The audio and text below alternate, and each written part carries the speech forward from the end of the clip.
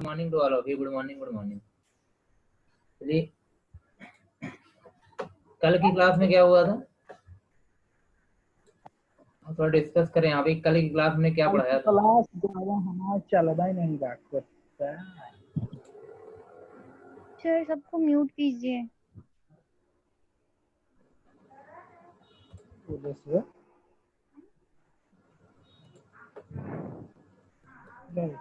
हटाओ ने मार दे बहन आए के मोड़ बाबरा सर म्यूट नहीं, अनम्यूट है।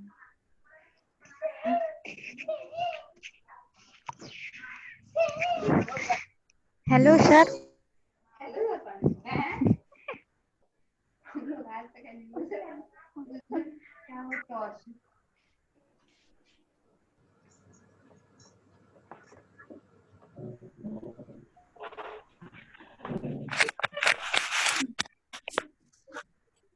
ओके,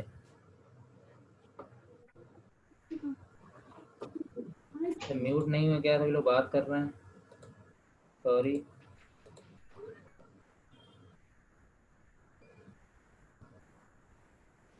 ओके है, मैं okay.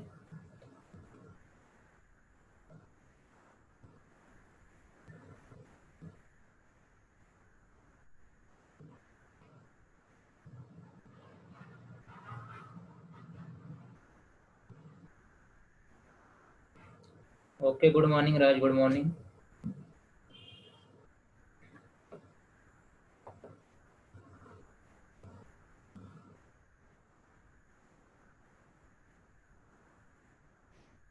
Okay Anushka, good morning. Anshuman, Mangal, good morning.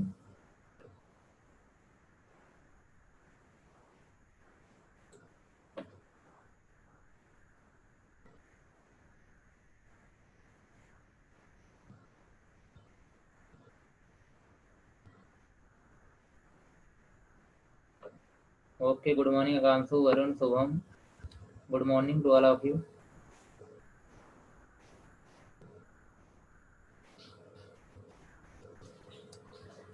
Wait, okay, wait 1 minute.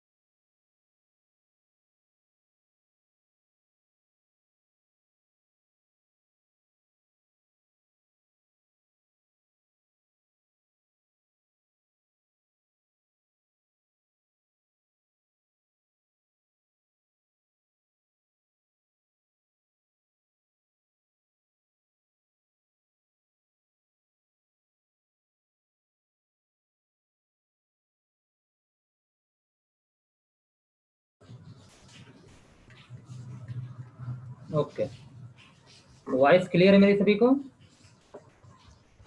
को मेरी वॉइस क्लियर है?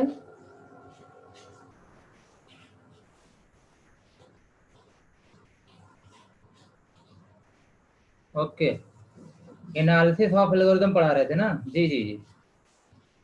और लास्ट लेक्चर में मैंने आपसे ये बोला हुआ था उस समय कि हाँ, मैंने आपको शायद कहीं ना कहीं डिस्कस करा हुआ था। जी जी जी जी, हाँ डिस्कशन। जी जी जी अनुष्का, अब यहाँ पे मैंने आपको बताया था टाइम कॉम्प्लेक्सिटी के बारे में। क्यों? टाइम कॉम्प्लेक्सिटी की मीनिंग को समझाया था ना एक एग्जाम्पल के थ्रू। तो टाइम कॉम्प्लेक्सिटी नाम मैंने यहाँ पे नहीं लिखा था, तो आप लोग कंफ्यूज मत होइएगा। मैंने यहाँ बताया था आपका मेमोरी में जो टाइम लगता है, यही ना, टाइम के बेस हमने एनालिसिस करी हुई थी। ठीक है, जी जी जी जी, टाइम के बेस पे हमने एनालिसिस करी हुई थी। तो आज हम लोग क्या कर लेते हैं यहाँ पे, स्पेस का मतलब समझ रहे हो ना, कि अगर किसी प्रोग्राम में हम लोग भी ट्राई करें कम से कम क्या हो, स्पेस एलोकेट हो, कम से कम मेमोरी क्या हो, एलोकेट हो ना प्रोग्राम को रन करने के लिए। अगर कम से कम मेमोरी यूज होगी तो वो प्रोग्राम हमारा क्या होगा, बेस्ट होगा। और एनालिसिस में हम लोग यही देख रहे थे कौन सा प्रोग्राम, कौन सी एल्गोरिथम हमारी क्या होगी, बेस्ट होगी। ठीक, तो इसके लिए भी हम लोग क्या कर रहे हैं, यहाँ पे एक छोटा सा प्रोग्राम बना ले रहे हैं। ठीक है, अगर इसमें कोई प्रॉब्लम किसी को आए तो बताना। अब मैं यहाँ माइंड में क्या लेके चल रहा हूँ। अच्छा ये बताइए आप लोग, आप 2 नंबर स्वैप कर सकते हैं ना, swap 2 number, swap 2 number, 2 number क्या करना है आपको, स्वैप करना है।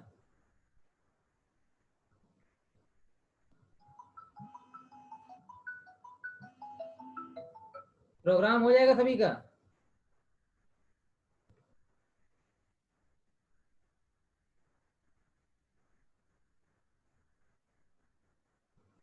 ओके, सभी का प्रोग्राम हो जाना चाहिए ना। देखिए अब मैं स्वैप 2 नंबर के 2 प्रोग्राम यहाँ पे कर रहा हूँ। ठीक है, अब जैसे यहाँ पर आपको मैं मेन से स्टार्ट कर रहा हूँ, मेन,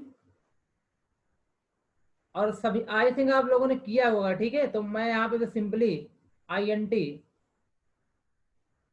ABC और A और B में कोई वैल्यू स्टोर कर ले रहा हूँ। ठीक है, ध्यान रखना, A में क्या आ गया आपका 10 आ गया, और B में क्या आ गया आपका 20 आ गया। ध्यान रखना इस चीज का, ये सेमी कॉलन है। इसके बाद आप इसको स्वैप कर सकते हैं। क्या कर सकते हैं, स्वैप करने के लिए सिंपल सी बात है, आपको लॉजिक पता ही है। यहाँ पे आप स्वैपिंग की मैं लॉजिक लिख रहा हूँ, जिसको आती है कोई प्रॉब्लम नहीं है। C इक्वल टू A, और A खाली हो गया तो उसमें क्या चला गया B, और B फ्री हुआ तो क्या चला गया उसमें C।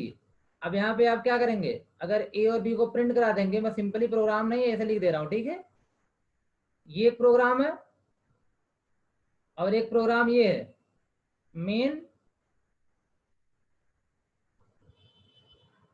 INT। A में मान लिया हमने क्या मान लिया 10, और B में क्या मान लिया 20,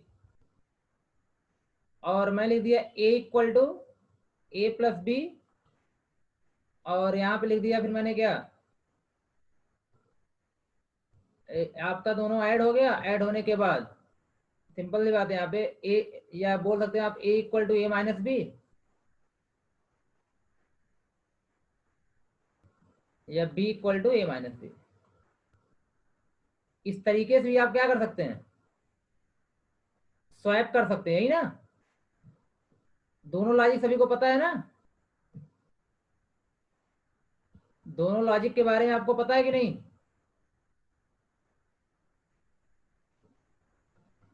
आप यहाँ B कर लो, ज्यादा बेटर होगा। दोनों लॉजिक क्लियर है, कि डा की लॉजिक नहीं, C की लॉजिक है। हाँ, आपने दोनों से किया होगा, एक विथ वेरिएबल, एक लोग इसे बोलते हैं विदाउट थर्ड वेरिएबल, एक विथ थर्ड वेरिएबल। अब एक चीज ध्यान देना, अगर ये चीजें क्लियर हो, यहाँ पे ध्यान देना कि आपके पास कितनी मेमोरी एलोकेट हो रही है। एक A नाम का वेरिएबल बन रहा है, और एक B नाम का। अगर ये 2 बाइट का है, ये भी 2 बाइट का, टोटल कितने बाइट, 4 बाइट। टोटल कितने बाइट, 4 बाइट। मैं एक छोटे से प्रोग्राम की बात कर रहा हूँ, और यहाँ पर टोटल 3 वेरिएबल बन रहे हैं 2-2 बाइट के, तो कितनी बाइट, 6 बाइट। और काम दोनों में एक ही हो रहा है। काम क्या हो रहा है, दो नंबर आपस में क्या हो रहे हैं, स्वैप हो रहे हैं, इंटरचेंज हो रहे हैं, यही ना। ध्यान रखिएगा, इसका मतलब यहाँ पे है कि ये प्रोग्राम क्या होगा आपका, बेटर नहीं होगा। ये कहीं ना कहीं इससे क्या है, बेटर है। तो अगर हम इसकी बात यहाँ पे करें, तो अगर हम स्पेस की बात करें, मेमोरी की बात करें, तो आप लोग ये दिमाग में रखना, जिस प्रोग्राम में, जिस एल्गोरिदम में हम लोग ज्यादा वेरिएबल यूज करेंगे, वो एल्गोरिदम हमारी बेस्ट नहीं होगी। इसलिए आपसे शुरू में ही बोला जाता था, कभी कभी आप लोग सब जानते थे, लोग कहते थे कम से कम वेरिएबल बनाओ। आप टीचर्स आपसे कहते थे ना, कम से कम वेरिएबल बनाओ। क्यों, क्योंकि आपका प्रोग्राम डिग्रेड नहीं होगा। ठीक है, उससे अपग्रेड होगा, मतलब बेटर होगा।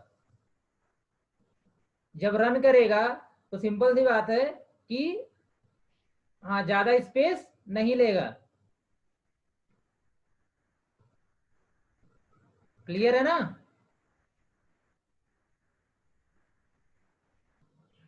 तो ये स्वैपिंग 2 प्रोग्राम की बात हो रही है यहाँ पे। ठीक है, ये एग्जाम्पल आप दोनों अपने आप से लिख लेना खुद से, सभी लोग सर्च करके कहीं से भी आपने सी लैंग्वेज वगैरह में दोनों लिखा होगा, दोनों एग्जाम्पल लिख करके आप एग्जाम्पल दे सकते हो किसका, स्पेस कॉम्प्लेक्सिटी का। यही नहीं, बहुत सारे एग्जाम्पल हैं स्पेस का मतलब वहां पे।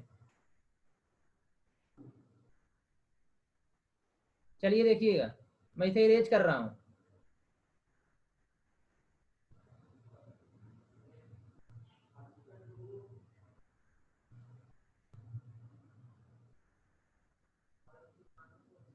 देखिए, अच्छा एक छोटा सा एग्जाम्पल खुद ही आप देख लो ना। जैसे कोई सॉफ्टवेयर है, कोई सॉफ्टवेयर है,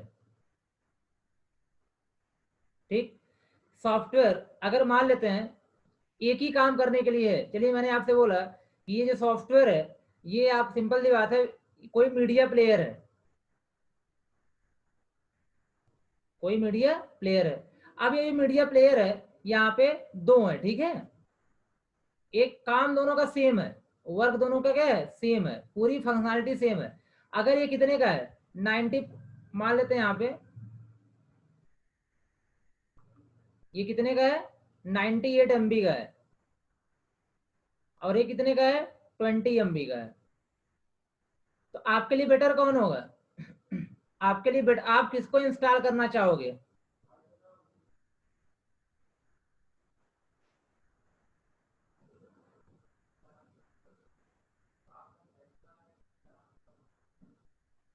सभी को अब समझ में आ गया होगा ना कि यार काम सेम हो रहा है मीडिया प्लेयर, ठीक है क्या, मीडिया प्लेयर। तो सॉफ्टवेयर मतलब क्या होता है, programme, collection of programme.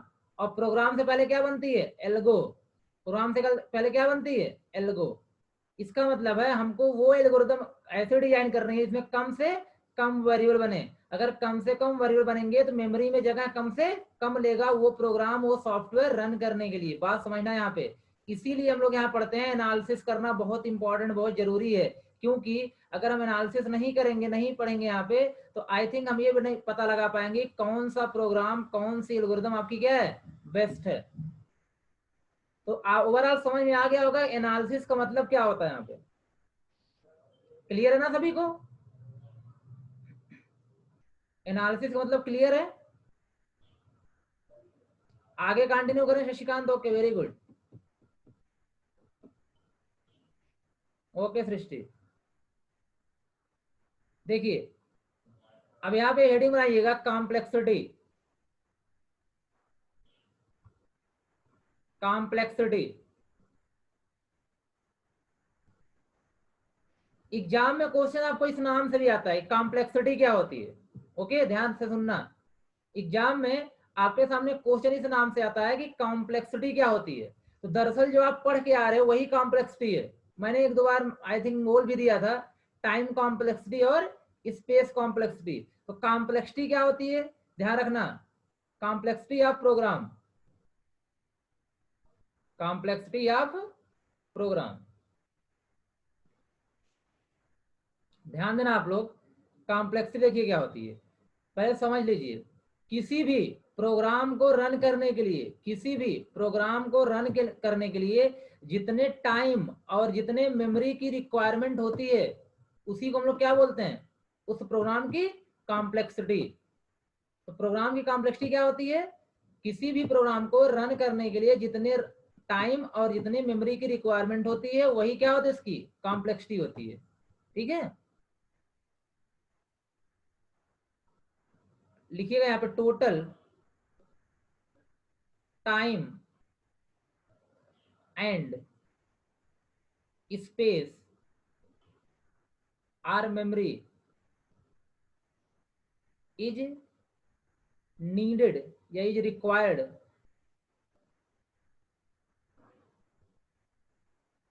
To run या execute a program called complexity of that program,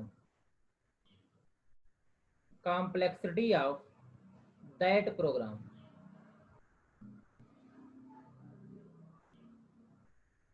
complexity of that program। complexity समझ में आई सभी को? complexity क्या होती है समझ में आई?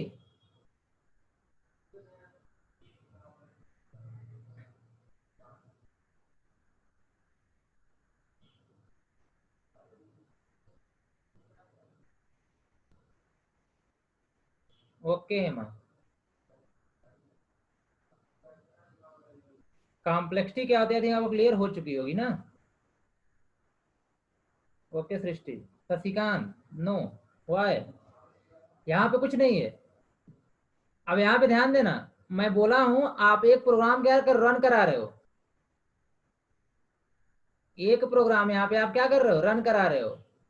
तो प्रोग्राम को रन करने में लूप कितनी बार चल रहा है, कितना टाइम लग रहा है, ठीक है, और यहाँ पे कितना मेमोरी लग रही है, यही क्या होती है आपकी कॉम्प्लेक्सिटी होती है, उस प्रोग्राम की कॉम्प्लेक्सिटी होती है। क्लियर है शशिकांत? ओके। अब यहाँ पे कॉम्प्लेक्सिटी को दो पार्ट में डिवाइड किया गया है। पहला क्या है, टाइम कॉम्प्लेक्सिटी, और दूसरा क्या है, मेमोरी कॉम्प्लेक्सिटी। बाकी आप समझ ही गए होंगे। अगर टाइम कॉम्प्लेक्सिटी को अलग से बताना होगा तो आप बोलेंगे किसी प्रोग्राम को रन करने में जितना टाइम लगता है वही क्या है आपकी टाइम कॉम्प्लेक्सिटी, और किसी प्रोग्राम को रन करने में जितनी मेमोरी लगती है क्या होगी आपकी मेमोरी या स्पेस कॉम्प्लेक्सिटी वहां पे। ठीक है, आई होप कि आपने लिख लिया होगा इसको।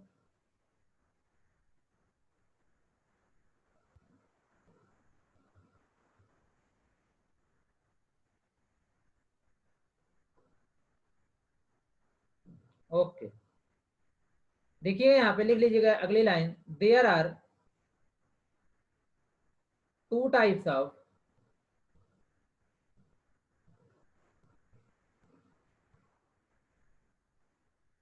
कॉम्प्लेक्सिटी। पहला यहाँ पे time complexity.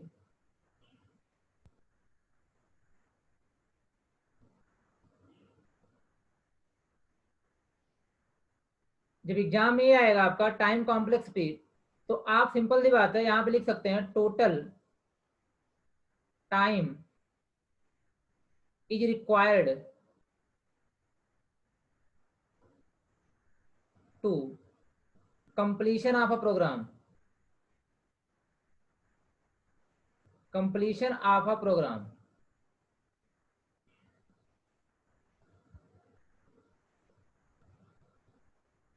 Time complexity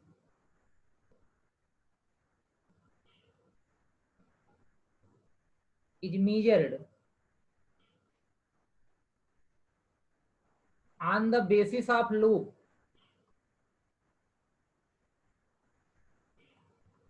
on the basis of loop, मतलब लूप ही बताता है ना कि कितने टाइम चल रहा है। ठीक है, लूप ही बताता है कितने टाइम आपका प्रोग्राम क्या हो रहा है, एग्जीक्यूट हो रहा है, कितना टाइम लगेगा एग्जीक्यूट होने में।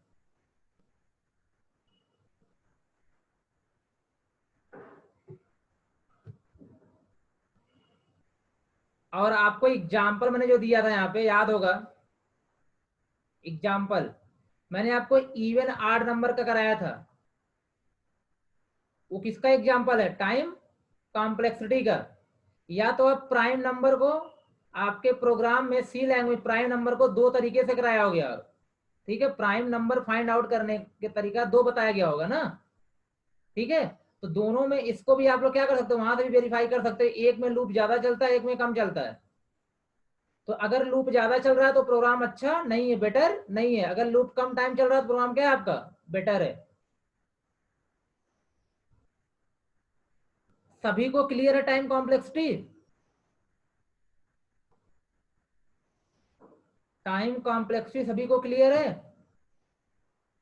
मैं अभी तक जो एनालिसिस बता रहा था लगभग वही टाइम कॉम्प्लेक्सिटी है, बस वर्ड अलग है। एग्जाम में इस नाम से भी पूछा जाता है, सुबह मेनी प्रॉब्लम।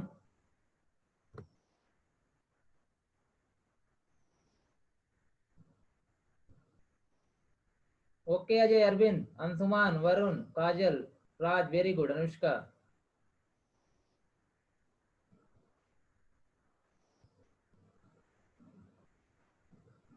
एटलीस्ट सभी, कार्तिकेय वेरी गुड, सभी लोग बता दिया करो, ठीक है, इतने लोग हो एटलीस्ट बता दिया करो। 4 to 5 या 10 लोगों का यहाँ आपको बार बार आंसर आता है, तो क्लियर सभी को हो रहा है तो बता दिया करिए।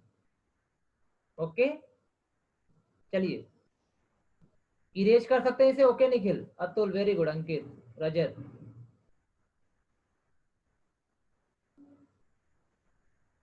ओके, अब इसी तरह से स्पेस कॉम्प्लेक्सिटी भी आप समझ रहे हैं, लेकिन लिख लीजिए आप वहां पे।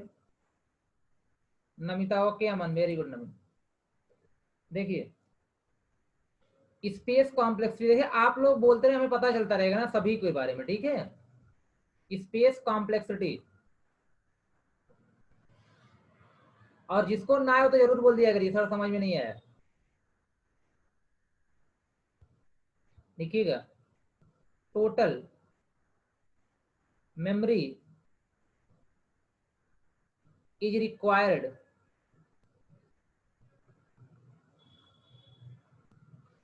To completion of a program या to execute a program।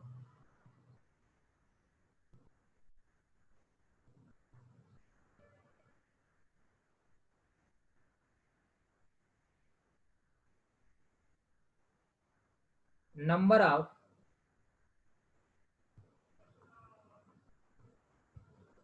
variables or other type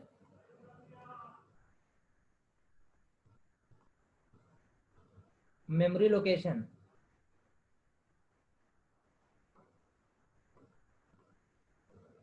decides the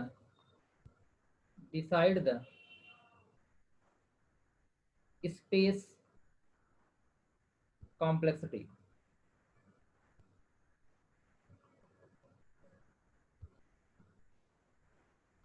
अगर एग्जाम्पल देना है तो आप अभी मैं बता के आपको आ रहा हूं कि आप स्वैपिंग का दे सकते हैं, या आपके सामने बहुत क्या है, सिंपल सी बात है, बहुत सारे ऐसे आपने एग्जांपल्स किए होंगे सेम नंबर्स को, जहां पे कभी कभी आपने क्या किया हो, कम वेरिएबल का यूज करके बनाया हो, कभी कभी वेरिएबल ज्यादा लगे होंगे, ठीक है। तो ऐसे कोई भी एग्जांपल आपके सामने हो तो आप उनको दे सकते हो यहाँ पर, और किसी को समझा सकते हो, बता सकते हो। अगर आप खुद समझ रहे हो तो किसी को बताने समझाने में कोई प्रॉब्लम नहीं है। ये सब आपके ऐसे टॉपिक्स हर जगह पे क्या होने वाले हैं, यूज होने वाले हैं। तो मतलब ये कंसेप्ट क्लियर होना चाहिए आपको, ठीक है। ये डेफिनेशन की बात नहीं मैं कर रहा हूँ, मतलब माइंड में आपको एक विजुलाइज होना चाहिए कि यार स्पेस कॉम्प्लेक्सिटी क्या है और टाइम कॉम्प्लेक्सिटी क्या है, जिससे कि आप जब भी कोई प्रोग्राम बनाएं, अब आज के बाद से जब भी कोई प्रोग्राम बनाएं तो आपके दिमाग में चलता रहे ये लूप कितनी बार चल रहा है और आपने कितना बाइट मेमोरी में एलोकेट किया है अपने प्रोग्राम से। जो आप नया वेरिएबल बना रहे हो उसका बनाना जरूरी है कि नहीं है, अगर जरूरी है तो बनाएं, नहीं तो अगर उसमें उसको बहुत ज्यादा जरूरी ना हो उसको ना बनाएं, ठीक है। अब से आप ट्राई करेंगे ऐसा करने की। क्लियर है स्पेस कॉम्प्लेक्सिटी क्या होता है to all?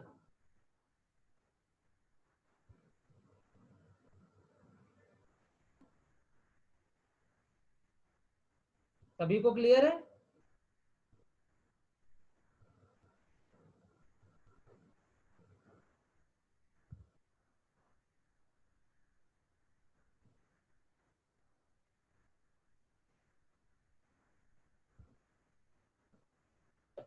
Okay Varun, Nikhil, Rajat, Ajay very good. Okay Dilip, Atul, Isha, Shubham, Rakshit, okay, good good good. चलिए, आई होप ये कॉम्प्लेक्सिटी आपकी क्लियर है। ये चार्ज नहीं लगा क्या?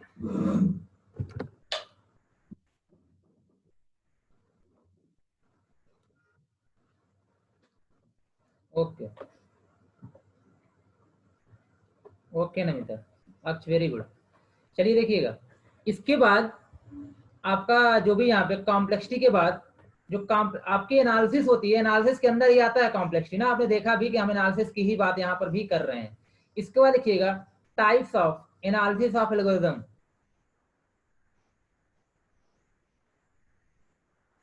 अदर टाइप में, अरे मेरा कहने का मतलब है आप वेरिएबल को डायरेक्टली समझते हो, आप वेरिएबल को डायरेक्टली, जैसे एरे हो गया, ठीक है, ऑब्जेक्ट हो गया, अभी आगे पढ़ोगे आप, ऑब्जेक्ट मेमोरी एलोकेट करता है, एरे मेमोरी एलोकेट करता है, ठीक है। अगर कोई वेरिएबल ना स्ट्रक्चर कोई बोल रहा है भी मेमोरी एलोकेट करता है। मेरा कहने का मतलब ये हुआ कि ऐसे ही समझो आप कि एरे हो गया, आगे डीएस पढ़ा होगा, लिंक लिस्ट वगैरह हो गए, ठीक है, और साथ ही साथ यहाँ पर स्टैक वगैरह हो गया या फिर ऑब्जेक्ट वगैरह हो गया। अदर टाइप मतलब ये होता है, चलिए देखिएगा, यहाँ लिखिएगा types of analysis of algorithm.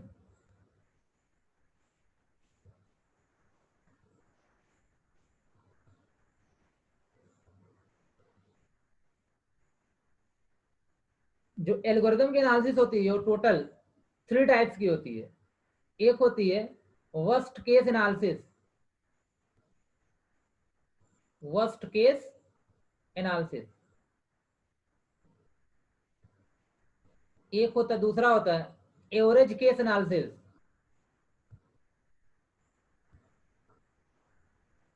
Case analysis. और थर्ड आपका होता है best case analysis, best case analysis. ध्यान देना, इसका मतलब यहाँ पे क्या है, बात हम लोग यहाँ पे कर लेते हैं वर्स्ट केस एनालिसिस की। ठीक है, देखिए अब यहाँ पे इनपुट के बिहाफ पे, ठीक है, इनपुट के बिहाफ पे आपको जो एनालिसिस को 3 पार्ट में डिवाइड किया गया है। इनपुट का मतलब है कि जरूरी नहीं है कि हम प्रोग्राम में, ऐसा देखिए ध्यान रखिएगा, जैसे आपने सॉर्टिंग पढ़ी है,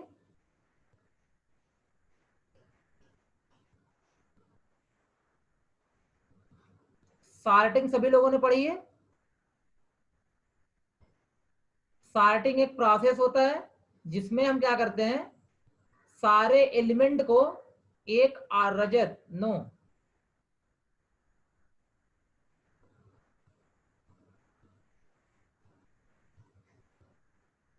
आप लोग सब एसयू थर्ड वाले हो ना, डीएस पढ़े हो, सी पढ़े हो, उसी में तो होता है आपका sorting.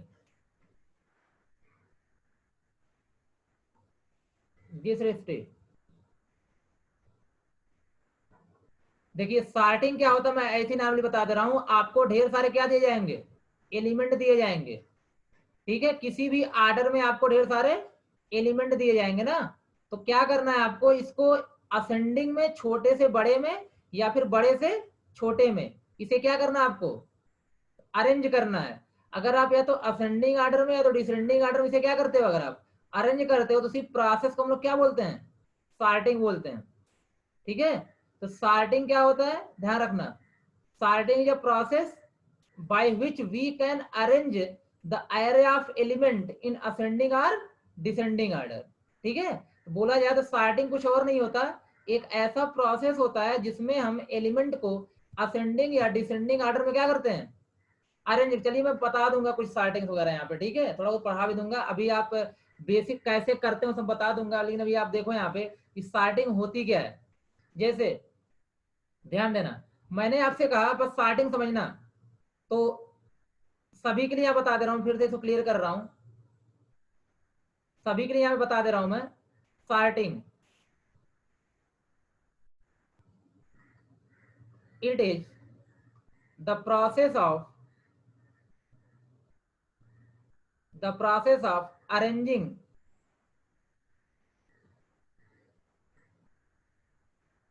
process of arranging the element of array in ascending or descending order।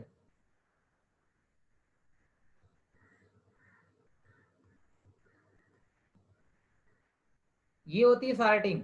Okay, अब देखिए मैंने आपसे बोला कि चलिए यहां पर एक एल्गोरिथम का यूज करते हैं, आपने अगर सुना हो तो ठीक है, जैसे फॉर एग्जांपल, ओके अंकित कोई बात नहीं, मैं यहाँ बेसिक से लेके चल रहा हूँ। जैसे आपने बहुत सुना होगा तो ठीक है, bubble sort, selection sort, insertion sort, ठीक है, मर्ज, क्विक, हीप सॉर्ट, बहुत सारे सॉर्ट होते हैं। तो ऐसे एग्जांपल ले रहा हूँ, कोई भी सॉर्टिंग टेक्निक्स ना, जिसके थ्रू क्या हो जाए, सॉर्ट किया जाए। अब देखिए इसके बाद मैंने यहाँ पे एरे लिया 4 9, मैंने यहाँ ले लिया 13 3 7 2 1, ये पहला एरे है, ये दूसरा एरे है, 2 3 4 5 7 6 या 8, या इसको मैं यहाँ पे मान लेता हूँ ऑर्डर में, ये 7 9 12, ये आपका तीसरा है, 2 3 4 6 7 5। ध्यान देना, इसको आपको सॉर्ट करना है। सॉर्ट करने का मतलब मार रहा हूं यहाँ पे असेंडिंग का मतलब इंक्रीजिंग ऑर्डर, बढ़ते हुए क्रम में क्या करना है आपको, सॉर्ट करना है। ठीक है, आप ही बताइए, मैं एक एल्गोरिथम अप्लाई कर रहा हूँ, कोई भी एल्गोरिथम हो सकती है वहां पे, मतलब प्रोग्राम हो सकता है। चलिए मैं नाम लेता हूँ बबल सॉर्ट का। बबल सॉर्ट एक टेक्निक होती है जिसके थ्रू हम लोग क्या करते हैं, सॉर्ट करते हैं। अब मैं बबल सॉर्ट यहाँ पढ़ाने नहीं जा रहा हूँ, ध्यान रखना, इसलिए अगर किसी को ना पता हो तो कोई प्रॉब्लम नहीं है, बस मैं नाम लिख रहा हूँ कि बबल सॉर्ट के थ्रू मैं क्या कर रहा हूँ, यहाँ पे इसको सॉर्ट करना चाह रहा हूँ। ठीक है, अब देखिए एल्गोरिथम एक है, एल्गोरिथम कौन सी है, बबल सॉर्ट। ध्यान समझना, एल्गोरिथम कौन सी है, बबल सॉर्ट। तो अगर एल्गोरिथम एक है तो सब में टाइम कॉम्प्लेक्सिटी सबकी क्या होनी चाहिए, सेम। सबकी टाइम एनालिसिस में टाइम क्या होना चाहिए, सबका सेम। क्योंकि अगर कोई आपसे पूछता है कौन सी एल्गोरिथम आप यूज कर रहे हो, यहाँ पे कौन से एल्गोरिथम, तो आप कहोगे सर बबल, अभी मैंने बताया था कि अगर एल्गोरिथम अलग अलग होंगी, अगर एल्गोरिथम अलग अलग होंगी तो आपका जो कॉम्प्लेक्सिटी है, टाइम हो रहा है, वो कम ज्यादा हो सकता है। लेकिन अगर एक ही एल्गोरिथम है तो उसमें तो आपका टाइम कम ज्यादा तो नहीं लगना चाहिए ना। ये आप आई थिंक सोच रहे होंगे कि एल्गोरिथम एक है तो सब में टाइम क्या लगने वाला है, यहाँ पे इक्वल लगने वाला है। लेकिन आप खुद ही बताओ, अगर इसमें से आप किसको जल्दी सॉर्ट कर लोगे, इसमें से किसको जल्दी सॉर्ट कर लोगे आप, तीनों एग्जाम्पल में से कौन सा एग्जाम्पल जल्दी से सॉर्ट हो जाएगा। छोटे को सबसे पहले रखना है, बड़े को बाद में लिखना है। एकदम बेसिक सा क्वेश्चन है, यहाँ कोई लॉजिक नहीं है। बताइए आप लोग, सबसे जल्दी किसको अरेंज कर लोगे,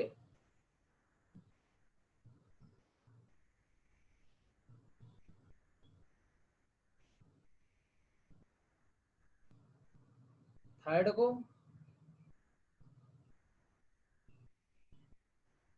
यहाँ 12 लिखा गया है, ये क्या आपका 12 है। सेकंड को, जी जी देव रजत, अरे सेकंड ऑलरेडी सॉर्टेड है, समझ रहे हो। अगर ये ऑलरेडी सॉर्टेड है तो इसमें टाइम लगना है। अगर आपको एरे ऑलरेडी सॉर्ट दिया हो या एक कोई क्या हो, आपका ऑर्डर में ना हो, तो उसको सॉर्ट करना क्या होगा, आप जल्दी से कर ले जाओगे। ध्यान देना, समझना मेरी बात को। मैं कह रहा हूं ये 2 है, ये 3, ये 4 5 6 या 7 9 12, ये ऑलरेडी क्या है, सॉर्टेड है। तो मैं बोल रहा हूं कि अगर इस टाइप का आपको एरे मिलता है या फिर सिंपल सी बात है कोई एक एलिमेंट डिस्टर्ब होता है, तो इस एल्गोरिथम से सॉर्ट करने में इसमें ज्यादा प्रॉब्लम नहीं होगी, ये जल्दी से क्या कर लेगा, सॉर्ट कर लेगा। ठीक, जी अजय, तब ये ऐसा भी एरे आ सकता है कि पहले से क्या हो, ऐसा भी एर ओके कोई बात नहीं, ऐसा भी हो सकता है कि एरे पहले से सॉर्ट हो या एक दो एलिमेंट डिस्टर्ब हो, तो सबसे कम टाइम किस में लगना है, वीडियो किसकी है, ऑफ करो।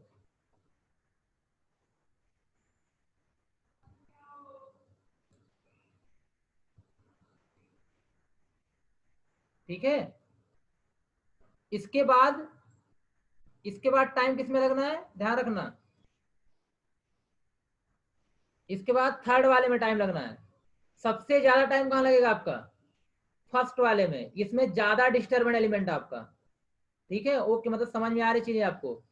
तो ये ध्यान रखना, इसलिए एल्गोरिथम एक है, एल्गोरिथम एक है, लेकिन अगर आप इनपुट, अगर आप जो इनपुट दे रहे हो, अगर वो डिफरेंट डिफरेंट दे रहे हो, डिफरेंट डिफरेंट टाइप्स दे रहे हो, तो वहां पर भी टाइम का इशू आ जाता है, आप में टाइम कम ज्यादा लग सकता है, एल्गोरिथम क्यों ना एक ही हो।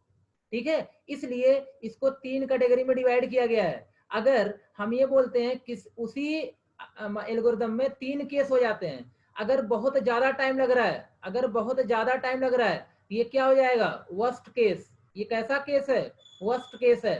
अगर टाइम ज्यादा लग रहा है तो, अगर टाइम सबसे कम लग रहा है तो क्या होगा आपका, बेस्ट केस। क्या होगा, बेस्ट केस। अगर टाइम दोनों के बीच में लग रहा है तो क्या होगा, एवरेज केस। क्या होगा, एवरेज केस। तो एक ही एल्गोरिथम के 3 केस हो सकते हैं। 3 तरीके से कॉम्प्लेक्सिटीज को हम निकाल सकते हैं। 3 तरीके से बता सकते हैं कि यार टाइम कम ज्यादा लग रहा है। एल्गोरिथम भले एक ही क्यों ना हो, वो डिपेंड किस पे करता है, इनपुट पे करता है कि आप किस ऑर्डर में इनपुट दे रहे हो। मेरी बात समझ आई, थोड़ा सा कॉम्प्लेक्स जरूर है जो मैं कहना चाह रहा हूँ, ये थोड़ा कॉम्प्लेक्स जरूर है, लेकिन आई थिंक मैं सिंपल तरीके से बताना चाह रहा हूँ, समझ में तो आ ही गया होगा आपको।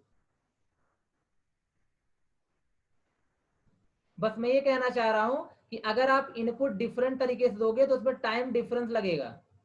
ठीक, आप ही सोच लो, आपको कोई डेटा दे रहा है, कोई डेटा दे दिया जाए, ठीक है, तो कोई अगर डेटा दे दिया जाएगा आपको, तो अगर अरेंज करना हो तो आपको किस तरीके से दिया गया है, ठीक है। अगर ज्यादा डिस्टर्ब कर दिया आपको टाइम ज्यादा लगेगा, कम डिस्टर्बेंस है तो कम लगेगा, बहुत कम है तो और कम लगेगा। उसी तरीके से प्रोसेस आप एक ही क्यों नहीं अप्लाई कर रहे हो, मगर अलग अलग टाइम लग सकता है।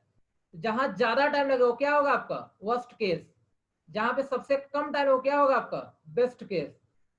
और जहां पे दोनों के बीच में टाइम लगना है वो क्या होगा आपका, एवरेज केस। पहले ये बताओ, बात समझ में आई मेरी जो मैं कह रहा हूँ। Okay, very good Hema.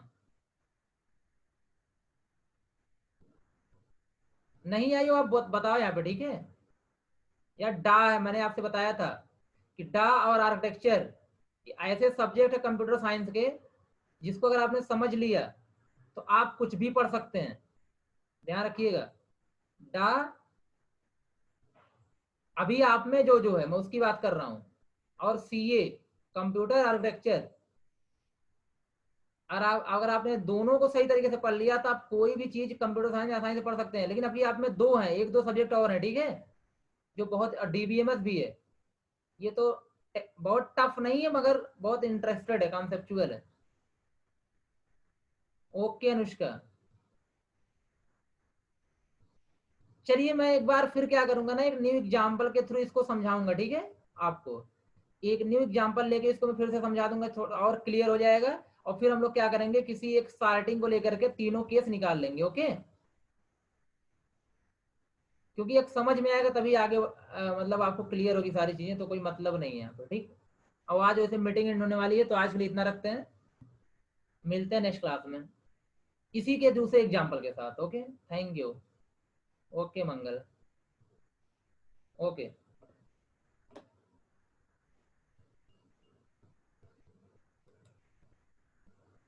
Okay Anushka,